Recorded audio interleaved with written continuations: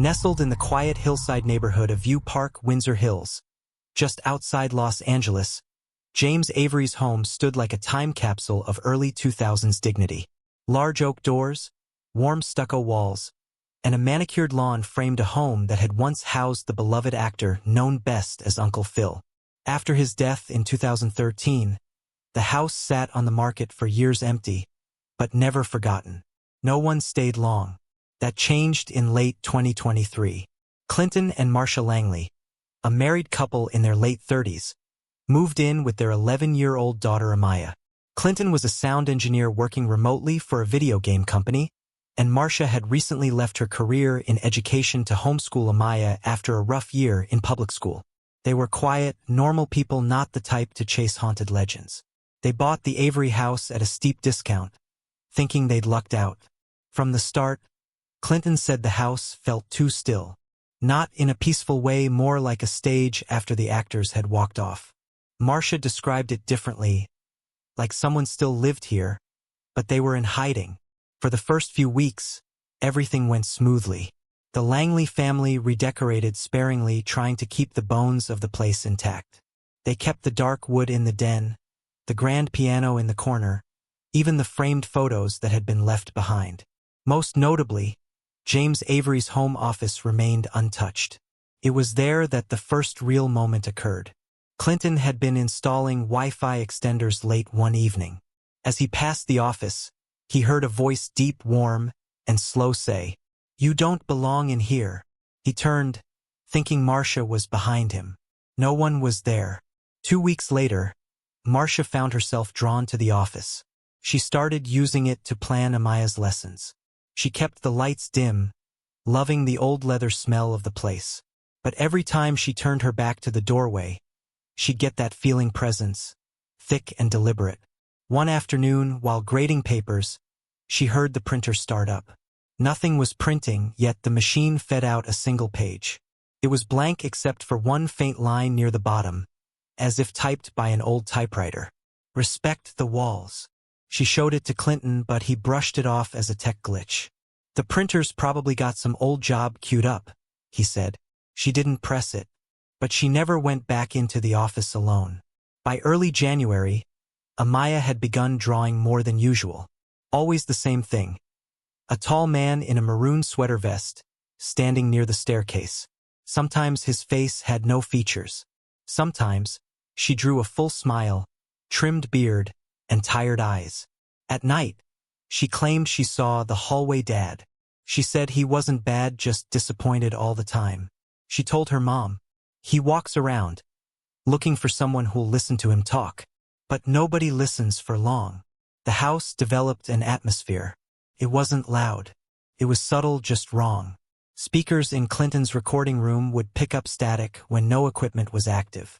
Sometimes the static cracked into what sounded like whispers. Once, while editing audio, he played a sound file backward and heard a voice say, "Truth comes with patience." Another time, Marcia opened a kitchen cabinet to find every single mug turned upside down neatly, carefully as if arranged by someone who had a system. An elderly neighbor named Mrs. Beach finally broke her silence one evening as Marcia walked past. "You're not the first to try and make a home there, you know?" When asked to explain, Mrs. Beach said that since James Avery died, 5 families had lived there. None stayed more than 9 months. One couple left without their furniture. "That house still thinks it belongs to someone else," she whispered. "And he was a big presence." In March 2024, Clinton stayed up late during a thunderstorm, working in the office despite Marcia's protests. Around 2:17 a.m., the entire house lost power. When it returned, only Clinton's computer had turned back on and was displaying an open document that read, "You're not raising her right." The cursor blinked, then typed, "Let her be strong." That was the last time Clinton entered the office. The Langleys still live there, but only on the first floor. They sealed off the office and former upstairs bedroom where Avery spent most of his later years. The doors are locked. Furniture remains. The home is quiet, unnaturally so. They don't invite guests. They don't speak of James Avery. But sometimes, they leave the piano lid open. And every so often, on Sunday evenings, When the air is heavy and the wind doesn't move, a low voice hums through the hall. A hum, like someone warming up for a scene. Don't forget to subscribe and like if you liked this story. The house was not old by Los Angeles standards, but it had a weight to it. Something dense, invisible, baked into the corners where sunlight refused to stay. The stucco walls retained the late afternoon heat, and inside, even with windows open, the air moved like syrup. You could feel the past in there, and not in a sentimental way. Not like nostalgia. More like residue. By late April, the Langleys had started to change.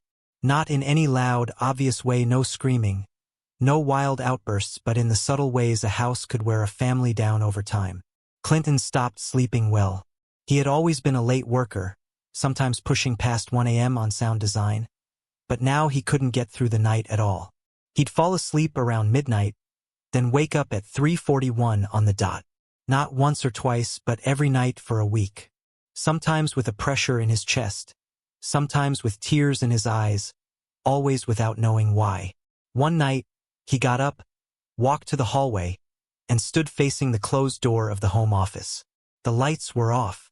The hallway was dim, lit only by the little LED from the security system on the wall. Still, the door cast a long shadow behind him, impossible, considering the light was in front of it. He didn't touch the doorknob. Marcia had begun noticing small changes in her own routine moments when she couldn't account for lost time. She would start loading the dishwasher, look out the window for just a second, and when she turned back all the lights would be off, or the faucet would be running full blast. She assumed it was stress. That's what she told herself. But the incident with the hallway mirror changed that. It was a Saturday afternoon, just after a rainstorm. Amaya had been upstairs for hours, unusually quiet. Marcia decided to take a look around, just to check in. On her way to the staircase, she passed the mirror that hung by the hallway closet, the one James Avery reportedly hung himself after suffering a stroke, although no official reports ever confirmed it. That mirror had been original to the house. She saw her reflection, of course. But something wasn't right. Her reflection was looking at her, but it wasn't matching her movements. Her head tilted. The reflections didn't. Her lips stayed closed. The reflection whispered. She blinked hard, stepped back, and nearly fell. When Clinton came running, she could barely form words. The mirror was just a mirror again. Amaya had stopped talking about the hallway dad after a visit from her cousin in late March. She claimed he had stopped appearing at night, but that he still watched from the ceiling. No one understood what that meant until Marcia caught her daughter stacking chairs in the living room and staring, expressionless, at the vent in the corner of the ceiling. "What are you doing?" she'd asked. Amaya didn't respond. Instead, she whispered. He left his voice up there. It stuck. The nights grew quieter. Not in a peaceful sense. Clinton described it best one evening, standing by the back patio, smoking a cigarette he didn't remember buying. "It's like the house is holding its breath," he said. "Like it's waiting for us to say something wrong." They didn't use the upstairs anymore. Not just the office, the entire second floor. It was cold up there even during the hottest days. Lights flickered more than usual. Amaya refused to go up even to get her books or toys. She said it feels like someone else is reading them, Marcia explained to a neighbor one day. Like someone already played with them before she did. In June, a strange letter arrived in the mail. No return address. No stamp. It wasn't even mailed, it had been slid into the mailbox by hand. Inside was a faded black and white photograph of James Avery standing by the piano, smiling warmly at the camera. His arms crossed. A date scribbled on the back, February 2003. Clinton showed it to Marcia. "You think someone broke in?" But there was no sign of entry. No fingerprints. No footprints on the porch. That night, Marcia placed the photo on the piano out of respect, she said. She wasn't sure why. Maybe guilt. Maybe fear. It stayed there, unmoved, until the next morning when it was gone. In its place, a folded sheet of yellow legal paper with a single line scrawled in blue pen. "Be kind to the quiet." Clinton installed new cameras the next day. Motion activated, wide angle, cloud synced. He mounted one on the front porch, another in the living room, one near the stairs, and one reluctantly just outside the office door. The first week, nothing. No alerts. No anomalies. Then, one night, a clip appeared in the cloud folder. 3:41 a.m. As always, the hallway camera had recorded 37 seconds of silence. It showed nothing unusual until frame 22, when the lights flickered, and for just 3 seconds, a shape appeared standing behind the office door. Not moving, not translucent, just there. Big, broad-shouldered, like someone waiting to be invited back in. The clip deleted itself the next day. Not by Clinton. Not by anyone. The house has remained quiet for now. But there's a tension to that silence, like the break between lines in a monologue. Something still lingers in the walls, in the vents, the floorboards, the mirrors. Marcia insists on keeping fresh flowers near the piano, though no one plays anymore. And on certain nights, Amaya draws again. A man in a sweater vest, standing at the top of the stairs. Smiling. Always smiling. It was late June when the Langleys began to realize they weren't just imagining things. The silence had taken on a new tone, not absence, but listening. The kind of silence where the air feels heavy, like someone is on the verge of speaking, or breathing. Marcia noticed it first in the dining room. The space had always felt awkward, as if it had been added as an afterthought during renovations. The table was vintage mahogany left behind by the previous owners, and they never used it. It just sat there beneath the chandelier, collecting dust and shadow. On the last Thursday of June, around 3 in the afternoon, Marcia was passing through with a basket of laundry when she heard 3 soft knocks on the dining room wall. No one was near it. She stopped and stared at the spot. Then came 2 more knocks, slower this time, more spaced out. Not like the popping of pipes or the settling of wood, but intentional, like someone wanted her attention. She backed away slowly, her throat dry, the basket tipped in her arms. Socks spilled across the floor. She didn't go back in until Clinton came home. Clinton, by now, had begun sleeping on the living room sofa.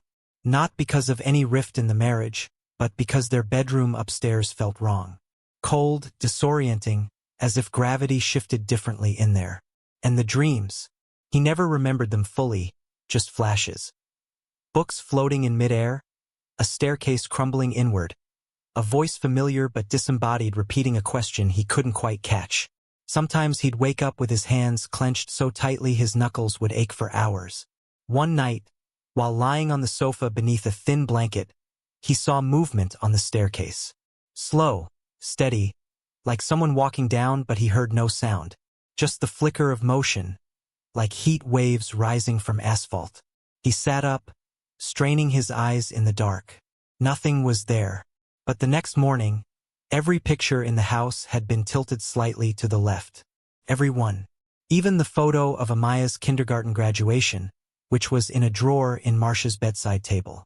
By early July, the hallway outside the home office became the center of something unspoken. It was the only hallway in the house that never seemed to warm up, no matter how high they set the thermostat. Marcia had once laid her hand against the door, thinking maybe cold air was leaking through, perhaps a broken seal, or a vent misaligned. But what she felt wasn't cold air. It was a pulse. She withdrew immediately, fingers tingling. Later that week, while putting away groceries, she heard Clinton call from upstairs. Marcia. The voice was faint, but unmistakably his. It had that same tired weight he always had late in the day. She dried her hands, stepped into the stairwell, and looked up. Nothing. He wasn't home. He wouldn't be home for another 2 hours. Amaya had grown distant, not in a moody or rebellious way, but strangely polite. Too quiet. She answered when spoken to, did her assignments, cleaned up her own plate, but there was a numbness to her behavior. One morning, Marcia found her sitting on the floor in her room, legs crossed, staring at the window. The blinds were drawn, but she stared anyway, as if someone was on the other side. You okay, sweetie? Marcia asked gently.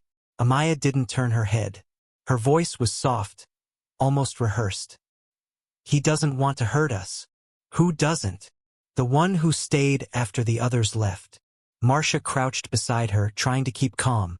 What others, baby? Amaya blinked, like she was waking up from a nap. The families. He tried to talk to them, but they weren't listening the right way. What does that mean? He said you keep looking in the wrong direction. That night, Marcia removed the mirror from the hallway wall. She didn't tell Clinton, just took it down, covered it in an old blanket, and stored it in the garage.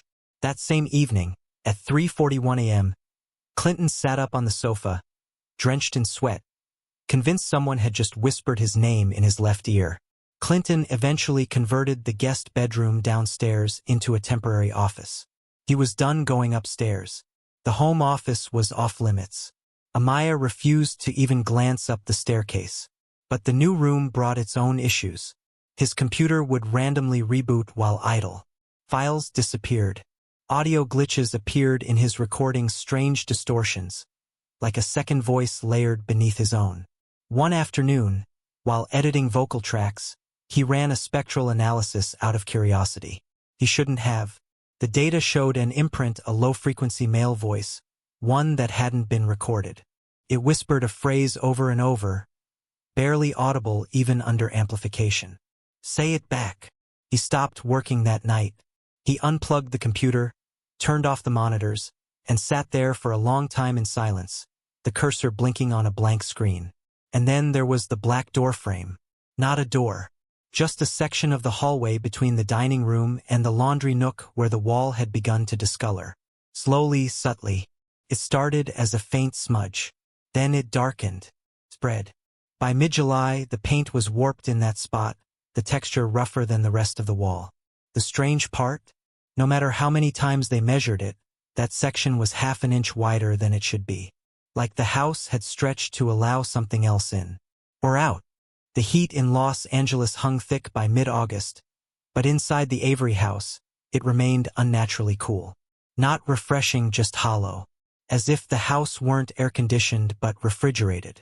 The kind of cold you feel in a waiting room where something's about to go wrong. Clinton stopped pretending everything was fine.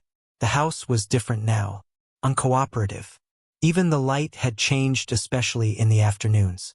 Shadows hung too long near the staircase, and the sun filtering through the blinds often had a reddish tint, even on days with no clouds or smog. One Tuesday, Marcia stood in the hallway by the closed office door and finally said it out loud. I don't think this is a haunting. Clinton, sitting on the stairs in sweatpants, rubbed his face. What is it then? She hesitated. I think the house has memory, and it's thinking about him.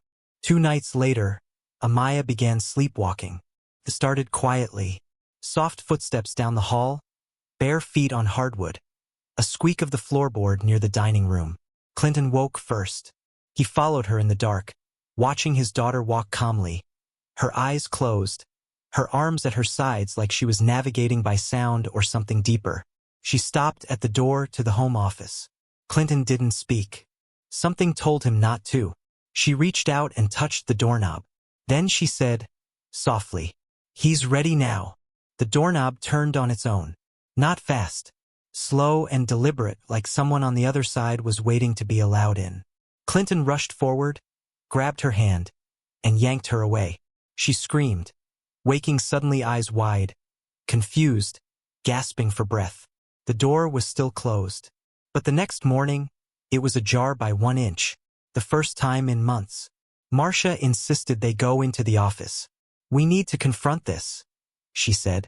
If we ignore it, it's going to take her. They entered together at noon. Sunlight poured through the large office window. The air smelled faintly of cigar smoke and old paper, though nothing had been smoked in years. The furniture hadn't moved since they bought the house: desk, chair, bookshelf, but now the books had shifted. A single volume sat on the desk. Othello, hardbound, cracked at the spine. Inside, the title page was torn out, and in its place someone had scrawled on the rough paper beneath. You can only hold a legacy so long before it asks what you're doing with it. They stared at the message, unsure who it was for. Then Clinton noticed it. Behind the bookcase, in the corner where 2 walls should meet, the angle was wrong. Subtle, but undeniable. The corner wasn't 90 degrees. It bent inward, like the walls had collapsed toward one another ever so slightly, creating the illusion of depth. He stepped closer. The corner deepened. Marcia gasped. Because it wasn't a corner at all. It was a seam between reality and something beneath it. Clinton pushed gently. The bookshelf shifted, groaning like it hadn't been moved in decades. Behind it was a narrow doorway no more than 3 feet wide, and shorter than a standard frame. It hadn't been in any floor plan. No blueprints. No inspection report. They stood in the silence, staring into the dim opening. Beyond it was a room the size of a closet, but lined in dark wood paneling. The air was dry, heavy with the scent of dust and leather. On the far wall was a mounted photograph of James Avery, not smiling, not posing, just watching. In front of the photo was a stool. On the stool sat a tape recorder. Without speaking, Clinton pressed play. There was no music, no breathing, just James Avery's voice. Measured, deep, tired. We are remembered through repetition, through echoes. If you live loud enough, something stays behind. Even if you didn't mean for it to. I didn't mean for it to. Click. Silence. Then a faint sound. A low murmur. A child's voice. Distant. Amaya. He's not angry. He's just still here. They stepped out of the hidden room. Shut the door. No discussion. Just grief. The next morning, they packed. No dramatic event. No last vision. Just the unmistakable understanding that they'd overstayed their welcome. They didn't sell the house. They didn't rent it. They left the keys on the kitchen counter. Took their bags. Closed the door. As they pulled away, Marcia glanced into the rearview mirror and saw a man standing behind the curtains upstairs. He didn't wave. He just watched. The house sits empty again. The lawn grows uneven. Flyers pile up at the gate. Real estate agents won't take the listing. Neighbors say they see lights on at night. The piano still plays once a week. A single note. Soft. And on humid days, when the wind dies and the power flickers across Windsor Hills, some say they hear a voice beneath the noise of traffic and sprinklers. Say it back. No one knows what it means. But no one stays long enough to find out. Don't forget to subscribe and like if you liked this story.